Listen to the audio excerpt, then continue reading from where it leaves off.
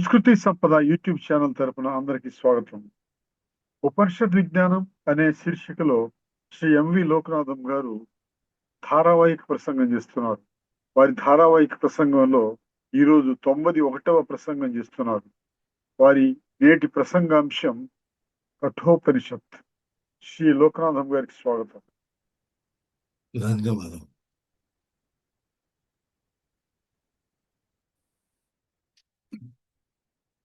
హరి ఓం తత్సత్.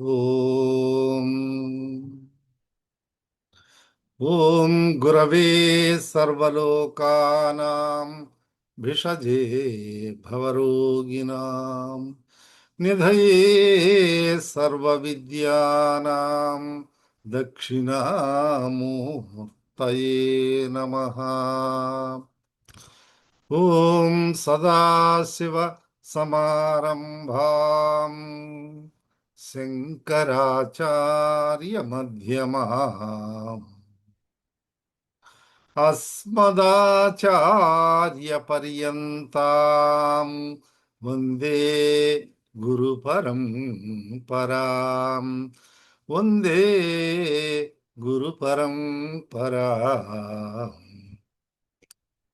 పరిపూర్ణ పరబ్రహ్మ స్వరూపులైన ప్రియాత్మ బంధువులారా, హృదయపూర్వక నమస్సుమాంజలులు.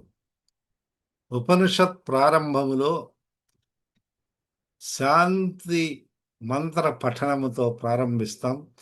ఓం సహనాభవతు సహనౌ భునక్తు సహ వీర్యం కరవావహై తేజస్వినావధీతమస్తు మా విద్విషావహై. ఓం శాంతి శాంతి శాంతి. కఠోపనిషత్తులోని మంత్రములను గురించి మనము వివరించుకుంటూ వ్యాఖ్యానము చేస్తున్నాం. ఈ ప్రథమాధ్యాయములోని మంత్రములనియు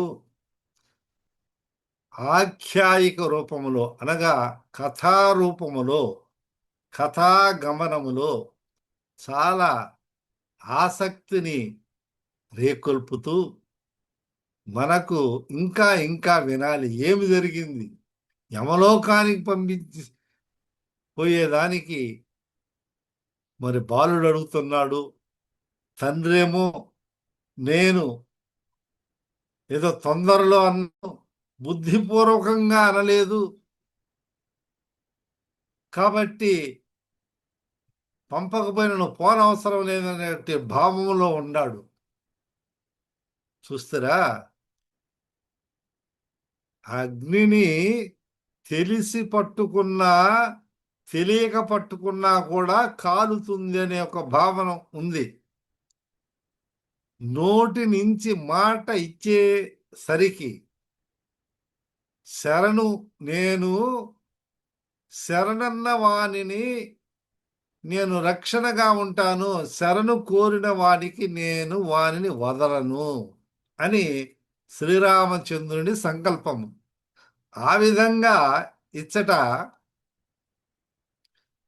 ఆఖరికి శ్రీరామచంద్రుడు ఏమి చెప్తాడు, తన దగ్గరికి వచ్చినటువంటి విభీషణుడు శరణు కోరినప్పుడు, లేదా మరి వాలి సంహరణలో వాని తమ్ముడు సుగ్రీవుడు వచ్చినప్పుడు, వీళ్ళంతా శ్రీరామచంద్రుణ్ణి శరణు కోరినప్పుడు సందేహం వెలువిచ్చినా కానీ ఆఖరికి ఏం చెప్తారంటే,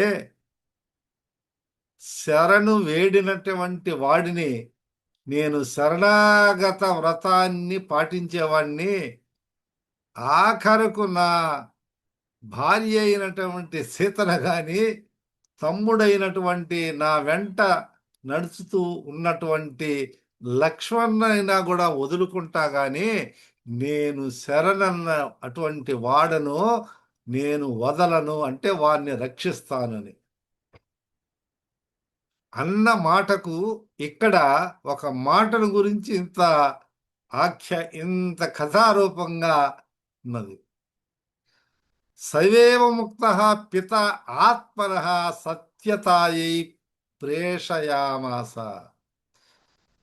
పుత్రుడు అలా చెప్పిన తర్వాత తండ్రి ఏమని ఆలోచించి తన సత్యాన్ని రక్షించుకొనడానికై ముందేమో అరే నేను ఏదో ధోరణిలో పరధోరణిలో ఉండి విసుగు చెంది ఒకటికి రెండు మూడు సార్లు ఉండి నేను అన్నాను, పంపని అవసరం లేదు, ఆ మాటను ఖాతరు చేయబనలేదు, తీసుకోబనలేదు అని అనుకున్నటువంటి వాజస్రవుణ్ణి ఎప్పుడైతే తన కుమారుడు అతనికి కన్నులు తెరిపించాడో అప్పుడు నిశ్చయించుకున్నాడు, ఓహో నేను సత్యాన్ని, మా వంశస్థులంతా కూడా సత్య ధర్మాలను పాలించినటువంటి వారు, శీలించినటువంటి వారు కనుక నేను కూడా సత్యాన్ని రక్షించుకొనడానికై ఈ కుమారుణ్ణి యముని వద్దకు పంపాడు. కుమారుని పంపాడు ఎక్కడికి? యముని దగ్గరికి. అప్పుడు ఆ ఆ సమయంలో యముని దగ్గరికి పంపితే సచ యమభవనం గత్వా తిస్రో రాత్రి ఉపవాసైమే ప్రోషితే.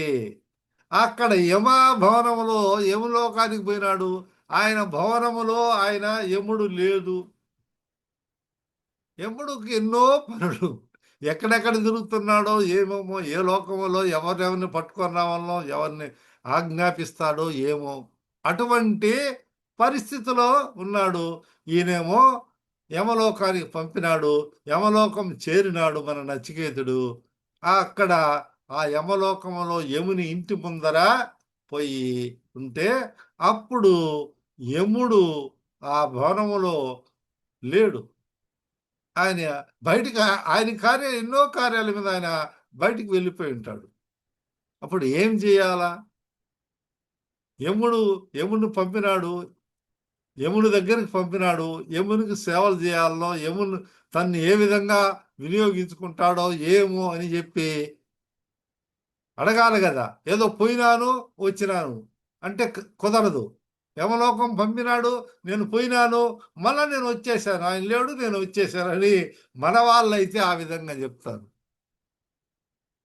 ఏదో కొన్ని రకరకాలుగా చెప్తా ఉంటాడు. మియాగాడు సిద్ధాటం పోను పోయినాడు, రాను వచ్చినాడని. అట్టే ఒక్కొక్క ప్రాంతంలో ఒక్కొక్క విధంగా సామెతలు చెప్తా ఉంటాడు. అంటే పోయినాడు, పొమ్మంటా అంటే విన్నాడు, ఆ సిద్ధాంతం పోయినాడు. ఆ పోయినాడు వాడు మందమతి, పోయినాడు కొంచెంసేపు ఉన్నాడు, మళ్ళా తిరిగేసి వచ్చినాడు.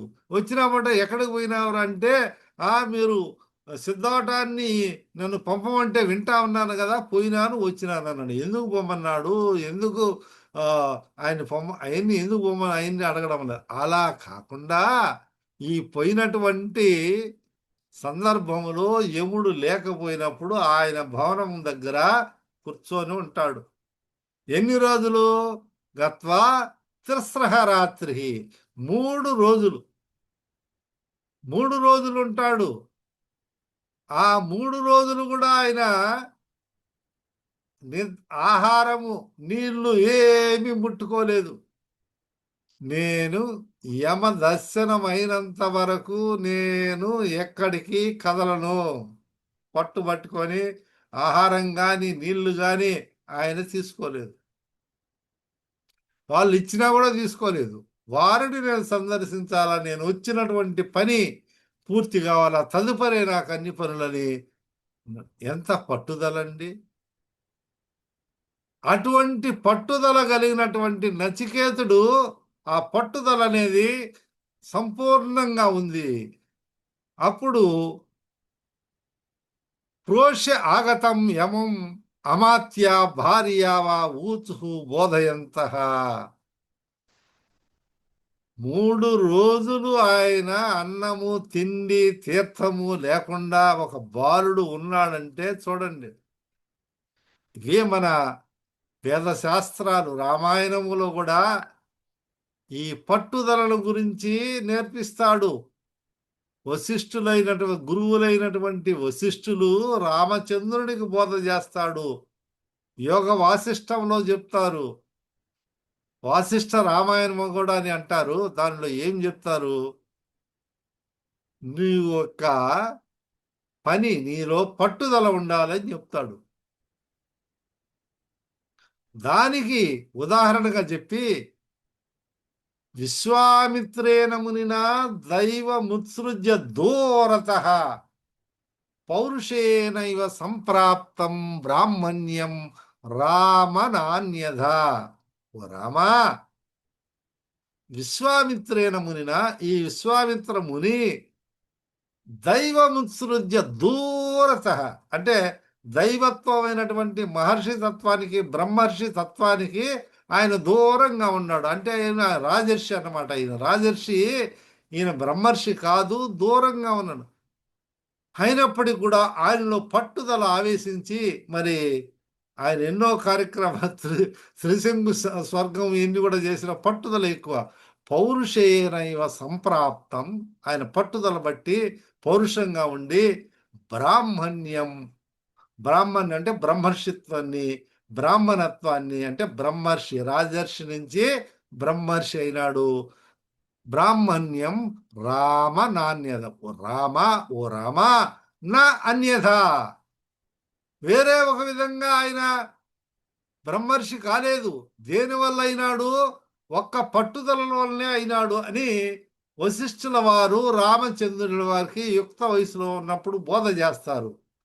ఆ విధానంగా విశ్వామిత్రుడు ఏ విధంగా రాజర్షి బ్రహ్మర్షి కాగలిగినాడో దానికి పట్టుదల కారణమని తెలుసుకున్న ఈ బాలకుడు కూడా పట్టుదలగా నేను వచ్చినటువంటి కార్యము నెరవేరేంత వరకు నేను తిండి తీర్థము ఏ ఆహార పదార్థాలను కానీ ఏమి నేను ముట్టను అని బయటనే కూర్చున్నాడు. మన వాళ్ళైతే పోతారు, ఎంతసేపు చూశాను, గంట సేపాను, 2 గంటలు చేసాను, వచ్చేస్తారనమాట. ఏదన్నా పనికి పంపిస్తే ఎంతసేపు చూశాను, లేడన్నారు, వస్తానన్నారు, చాలా సేపు చూసా అని అంటారు. వీళ్ళంతా ఏ కోవకు చెందిన వాళ్ళు? ముందు మనం చెప్పుకున్నాము, ప్రథమ, మధ్యమ, అధమ 3 రకాలుగా ఉన్నాడు. ఆ విషయము మనకు ఈ ఉపనిషత్తు ద్వారా మనకు తెలియజేస్తూ, ఉపనిషత్తులో కథే కాదు, కథలో ఉన్నటువంటి ముఖ్యమైనటువంటి సారాంశము ఏ ఉద్దేశంతో చెప్తున్నారో దానిని మనం గ్రహించుకుంటూ ఉపనిషత్తును అర్థం చేసుకొని మనము కొనసాగిస్తే, మన ప్రయాణము సాగిస్తే సత్యము మనకు గొప్ప శ్రేష్టత్వం అనే సత్యంగా లేదా కరతలామలకంగా ఉంటుంది అనే భావంతో మనము ఈ ఉపనిషత్తులను అర్థం చేసుకోవాలని నేను మీకు మనవి చేస్తున్నాను. ఆలోచించండి. ఏదో పదము, దాని అర్థము, 2 లైన్లకు 2 లైన్లు తాత్పర్యాన్ని రాసి 2 వాక్యాలు 4 వాక్యాలు రాసుకొని చెప్పుకుంటే అర్థమైపోతుంది. ఉపనిషత్తులంతా కూడా 10 నిమిషాల్లో మనం చదువుకొని వచనంగా చెప్పుకోవచ్చు. కానీ సుదీర్ఘమైనటువంటి ఈ 3 సంఖ్య కూడా అంత గొప్పగా ఉన్నది. దాని గురించి కూడా మనం వివరించుకున్నాం. అప్పుడు 3 రాత్రులు వేచి ఉన్నాడు. ప్రోప్య ఆగతం యమం అమాత్య భార్య వా ఊచుహు బోధయంత. అప్పుడు ఆ యముడు వచ్చిన తర్వాత ఆ యముడితో మంత్రులు, అమాత్యులంటే ఆయన దగ్గర ఉంటారు కదా మంత్రులు, అందరూ రాసేవాళ్ళు, చిత్రగుప్తుడు అన్ని మొదలైనటువంటి ఆ సైన్యం అంతా ఉన్నది కదా, ఆయన పరివారం అంతా ఉన్నది కదా. భార్య కూడా ఈ విషయాన్ని తెలుపుతూ ఇలా అన్నారు. ఈయన మన వచ్చాడు, ఇతను ఈ మేము ఏమిచ్చినా కానీ ఆయన ముట్టలేదు, కాబట్టి మీరు అతనిని గమనించండి, అతని విషయము తెలుసుకోండి, ముందు ఆయనకు సపర్యలు చేయండి అని అంటారు. ఆయన ఎప్పుడైతే మన యముడు తన ఇంటికి వచ్చాడో అప్పుడు వీళ్ళందరూ కలిసి అతను బయట ఉన్నాడు, అతను బయట ఉంటే నీళ్లు తీసుకోమన్నా తీసుకోలేదు, తరువాత ఆహారం ఇచ్చినా తీసుకోలేదు. మీ దర్శనమైనంత వరకు కూడా ఆయన ఏమీ ముట్టనన్నాడు. కానీ మీరు వెంటనే పోయి ఆయనకి నీళ్లు తీసుకొని రండి, ఇవ్వండి అన్నారు. అంటే ఇక్కడ చూడండి, అతిథి దేవో భవ చెప్పాం కదా. ఇక్కడ అతిథి యొక్క విషయాలను గురించి మనకు ముందే ఏమి తెలుసుకున్నాం? మాతృదేవో భవ, పితృదేవో భవ, ఆచార్య దేవో భవ, అతిథి దేవో భవ. ఈ అతిథి దేవుడు వచ్చిన అతిథిని మనము దైవంగా పూజించే సంప్రదాయం మనది భారతీయ సంస్కృతిలో. ఈ అతిథినైతే అతని సంతృప్తి పరచకుండా ఉన్నట్లయితే అన్ని ఉన్న సంపదలంతా తొలగిపోతాయి, ఉన్నది ఊడ్చుకొని పోతుందంటారే. ఎవరి ఇంటిలో అయితే అతిథి వస్తాడో అతిథి అభ్యాగతం చేయకుండా ఉంటామో, అర్ఘ్య పాదాదులు ఇచ్చి అతనికి సంతృప్తి పరచకుండా ఉంటామో, సర్వ దరిద్రాలకు సర్వనాశనానికి అది మూలహేతు అవుతుంది అనే విషయాన్ని మనం గమనించుకోవాలి. ఆశ ఆశా ప్రతీక్షే సంగతం సూనృతాం చ ఇష్టాపూర్తే పుత్ర పశుంశ్చ స్వల్పాన్ ఏతత్ వృంక్తే పురుషస్వల్పమేధతో యస్యానస్యన్ వసతి బ్రాహ్మణో గృహే. ఒక ఆశా ప్రతీక్షే, ఆశ అనగా లేని దాని కొరకై కోరిక. ఆశ ఆశ ప్రతీక్ష, ఇక్కడ రెండు విషయాలు అన్నమాట. ఆశ అంటే కావాలా, నాకు కావాలి, ఒక వస్తువు కావాలి, లేదా లేని దాని ధనాన్ని గురించో భవనాన్ని గురించో పాస్తుల గురించో గృహాన్ని గురించో మన దగ్గర లేనటువంటి దాన్ని గురించి కోరే దాన్ని ఏమంటారు? ఆశ. ప్రతీక్ష అంటే అనగా రావలసిన దానికే ఎదురు చూపు. నీకు నీకు ఆల్రెడీ శాంక్షన్ అయింది, లాటరీ టికెట్ తగిలిందని తెలిసిపోయింది, కానీ అది ఇంకా రావాలా, ప్రకటించినారు. లేదా నువ్వు పాస్ అయినావు, పాస్ అయినాని అని నీకు తెలియజేస్తారు. ఆ మార్కు లిస్టో లేకపోతే ఇంకొకటో లేకపోతే ఆ బంగారు పథకమో ఇంకొకటో నీకు రావాలి. ఆ వచ్చే దానికోసమై నువ్వు ఎదురు చూస్తూ ఉండడం ప్రతీక్ష. ఆశ అంటే లేని దాని గురించి కోరుకోవడము. ఆ వచ్చే రావాల్సినటువంటిది నీకు రావాల్సి ఉంటే నువ్వు ఎక్కడన్నా వస్తుంది పోయా ఏమని అంటా ఉంటారు చూడు, దానికోసం కూడా ఎదురు చూడడం లేదని కొంతమంది చెప్తారు, వచ్చేది వస్తుందని. కాబట్టి ఇక్కడ ఆశ ప్రతీక్షే, ఈ రెండు ఎదురు చూపు, ఈ రెండింటికి సంగతం, ఆ రెండు లభించడం వల్ల ఆశా ప్రతీక్షే సంగతం సూనృతాం అంటే మధురమైన వాక్కుచే వచ్చే ఫలం. ఈ రెండు వల్ల కూడా ఈ రెండిటి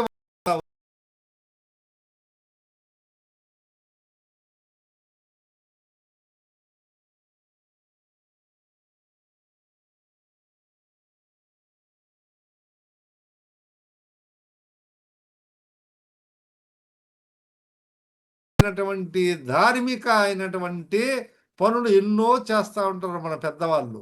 ఇటువంటి పనులు చేస్తే ఎందుకు చేస్తారు? అవి ఎన్నో తరతరాలను రక్షిస్తాయి అనే యొక్క భావము ఉంది. మంచిది. ఎందుకంటే తన యొక్క స్వార్థమే కాకుండా పలుగురి యొక్క వారి యొక్క ఉపయోగార్థం, అందుకని చెప్తారే పరోపకారార్థమిదం శరీరం. ఈ శరీరం అనేది పరులకు ఉపయోగించే దానికోసం, ఉపకారం కోసము చెయ్యాలి. అంతేకాదు ఉపకారికి ఉపకారం, ఉపకారికి ఉపకారము అపకారికి ఉపకారము నెపమన్నక చేయువాడు నేర్పరి సుమతి. ఉపకారికి ఉపకారం చేస్తే పెద్ద గొప్ప సంగతి కాదు. అపకారికి కూడా ఆయన నెపం ఎన్నకుండా ఉపకారం చేసిన వాడు నేర్పరి, నైపుణ్యుడు, నిపుణుడు అని సుమతి శతకములో మనకు తేటతెల్లం చేసి, ఆ విధంగా ఇక్కడ ఎన్నో రకాలైనటువంటి ఈ గుడులు కట్టించడం అంటే దేవాలయాలు కట్టించడము, తటాకములు, బావులు తొలగించడము, ఎన్నో రకాలైనటువంటి పుత్ర పశువుంచ పుత్ర పుత్రాలు పశ్వాదులు వీళ్ళందరూ కూడా సర్వాన్నిటిని కూడా ఎస్సే దానం చేస్తే ఎవడి ఇంటిలో ఇవన్నీ చేసి ఉన్నా కూడా ఎవడి ఇంటిలో ఇటువంటి ఎన్నో రకాలైనటువంటి దాన కార్యాలు, దాన ధర్మాలు చేసినప్పటికీ, తటాకాలు, గుడులు ఎన్నో నువ్వు ఎన్నో కట్టించినప్పటికీ, యస్య గృహే ఎవడి ఇంటిలో బ్రాహ్మణ అతిథి అయినటువంటి బ్రాహ్మణ అనస్నన్ వసతి, అంటే అస్నన్ అంటే భుజించడం, అనస్నన్ భుజించకుండా అంటే అతనికి ఆహారము ఎన్ని అతను తీసుకోకుండా ఉంటాడో అస్య ఆ ఇంటిలో అల్పమేధస అల్పబుద్ధి అయిన వానికి ఏతత్ ఉంతే దీనినంతటిని కూడా నరికేస్తుంది. అంటే ఏ గృహస్థుని ఇంటిలో అతిథి భోజనం చేయకుండా ఉంటాడో, అతిథి అభ్యాగతలు ఇవ్వకుండా, అతిథి సత్కారం చేయకుండా ఉంటారో, అట్టి మందబుద్ధి చేసే విధి లోపం వల్ల, అంటే మన విధి చెప్తున్నాడు. ఒక బ్రాహ్మణుడు కానీ అతిథి కానీ వచ్చే, బ్రాహ్మణ అంటే మన శబ్దము బ్రాహ్మణ కులమనే కాదు, బ్రహ్మవిత్ బ్రహ్మయో భవతి అంటే బ్రహ్మము తెలుసుకున్నటువంటి బ్రహ్మ జ్ఞానము కలిగినటువంటి శ్రోత్రియ బ్రహ్మనిష్ఠుడు ఎవడైనా కూడా అంటే బ్రహ్మవిత్ బ్రహ్మయో భవతి వాళ్ళే బ్రాహ్మణులని అర్థం. లేదా బ్రాహ్మణ వంశస్థులే కాకండి, శ్రేష్ఠ వంశ అగ్రవంశులైనా కూడా ఒక వేరే వాళ్ళు కూడా కుల మతము వీటికి అతీతమైనటువంటి పరిపూర్ణ పరిజ్ఞానానికి ఈ అద్వైత జ్ఞానములో ఈ జ్ఞానంలో ఉన్నప్పుడు ఎవరైతే ఉంటారో అటువంటి బ్రాహ్మణునికి, అటువంటి జ్ఞానికి అతిథి సత్కారం చేయకుండా అతను భోజనం పెట్టకుండా ఉంటాడో లేకుండా ఉంటాడు. వీళ్ళు పెట్టి ఆయన తీసుకోలేదు. ఇక్కడ పెట్టకుండా ఉండడం వేరు, ఆయన తీసుకోకుండా ఉండడం వేరు. బాగా గమనించండి దీంట్లో తేడా. వాళ్ళు పెడతామన్నా కానీ ఆయన తీసుకోవాలా ఈ బాలకుడు. ఎందుకు? నేను వారిని దర్శించాలా, తదుపరే నేను ఏదైనా కూడా తీసుకుండేది అని చెప్పేశాడు. వాళ్ళు ఎంత బలవంతం పెట్టినా లేదు లేదని తన పట్టుదలగా ఉన్నాడు. అటువంటి విధి లోపల అతని యొక్క ఆశ, ప్రతీక్ష అవి లభించడం వల్ల వచ్చే ఆనందము, ఫలము, యాగ ఫలము, యజ్ఞాల యొక్క ఫలము, తన గుళ్ళు గోపురాలు ఏమన్నా కర్మ ఫలితము, పుత్ర పశ్వాదులన్నిటి కూడా అన్నిటిని కూడా ఇది నశింపజేస్తుంది. అంటే శంకరాచార్యులు అంటారు, ఏ గృహస్థుని ఇంటిలో బ్రాహ్మణుడు బ్రహ్మవిత్ బ్రహ్మయవది భోజనహీనుడై ఉంటాడో నిర్జ్ఞాత ప్రాప్యార్థ ప్రతీక్షాచే ఆశా ప్రతీక్షే సంగతం తత సంయోగజం ఫలం నూనృతాంచ ప్రియవాక్ తన్నిమిత్తం. ఏ గృహస్థుని ఇంటిలో బ్రాహ్మణుడు భోజనహీనుడై ఉంటాడో అంటే భోజనము చేయకుండా ఉంటాడో అలాంటి మందమతి అంటే ఆ గృహస్థుడు. ఇక్కడ మందమతి అన్నాడు ఎందుకనంటే ఎవరికైతే అతిథి అభ్యాగతలు చేయకుండా ఉంటారో ఆ యజమానికి వర్తిస్తుంది అన్నమాట. ఆ ఇంట్లో అంతా వృత్తులు వాళ్ళందరూ ఉన్నారు, వాళ్ళకి అధికారం అనేది. కానీ ఈ ఫలం ఎవరికి చెందుతుందంటే యజమాని. అట్టే ఆ యాగం యొక్క ఫలం ఎవరు చెందుతుంది? యాగం చేసే యజమానికి. ఋత్విక్కులు వీళ్ళు చేసిన ఆ ఫలం చేసే ఆ ఆ ఆ యజమానికి చెందుతుంది. కాబట్టి ఆయన దానికై కోరిక ఆశ తెలుసు పొందదగినది అయిన దానికైనా కూడా ఎదురు చూడడం వల్ల లభించ లభించకపోవడం వల్ల కలిగే సుఖము సంగతము అన్నీ కూడా దీనివల్ల లాభము ఇష్టమంటే యాగాదుల వల్ల కలిగే ఫలం అన్ని ఫలాలు కూడా ఉద్యానవనాలు కానీ బావులు కానీ ఇంకా వీరు ఉద్యానవనాలు పశువుల దానం ఇవన్నీ కూడా చెప్పారు. ఇంకా దీని యొక్క లిస్టును పెంచినారన్నమాట.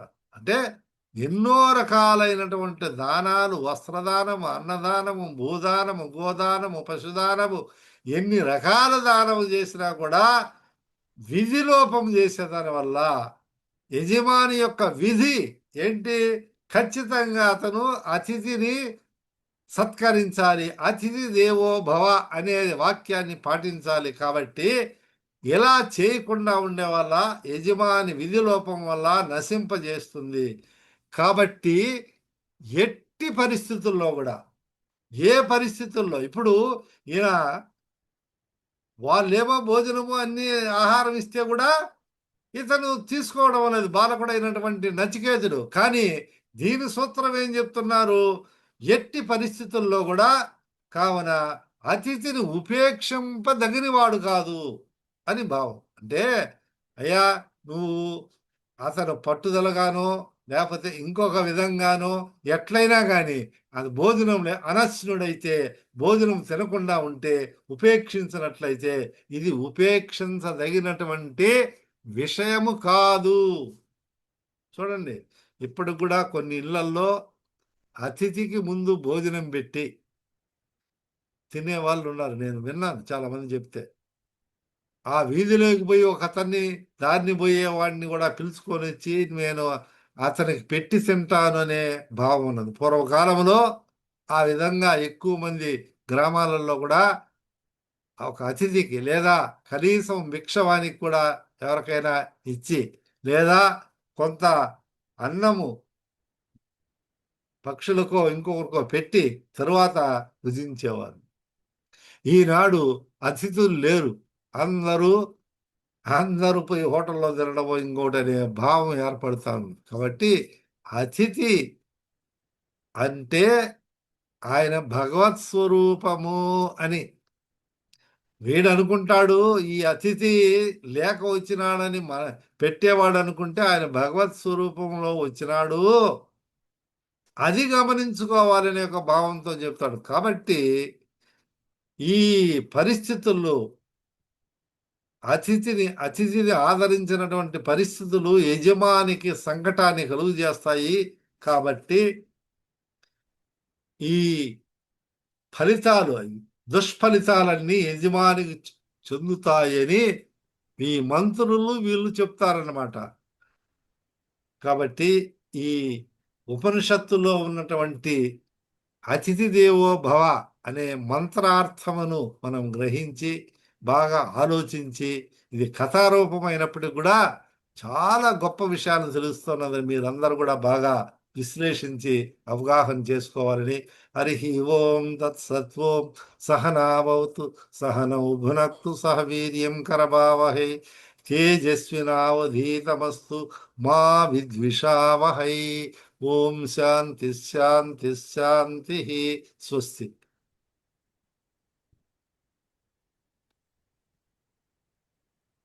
ఉపనిషద్ విజ్ఞానము అనే శీర్షికలో ధారావాహిక ప్రసంగం చేసిన శ్రీ లోకనాథం గారికి ధన్యవాదాలు. కృతజ్ఞతాభినందనలు.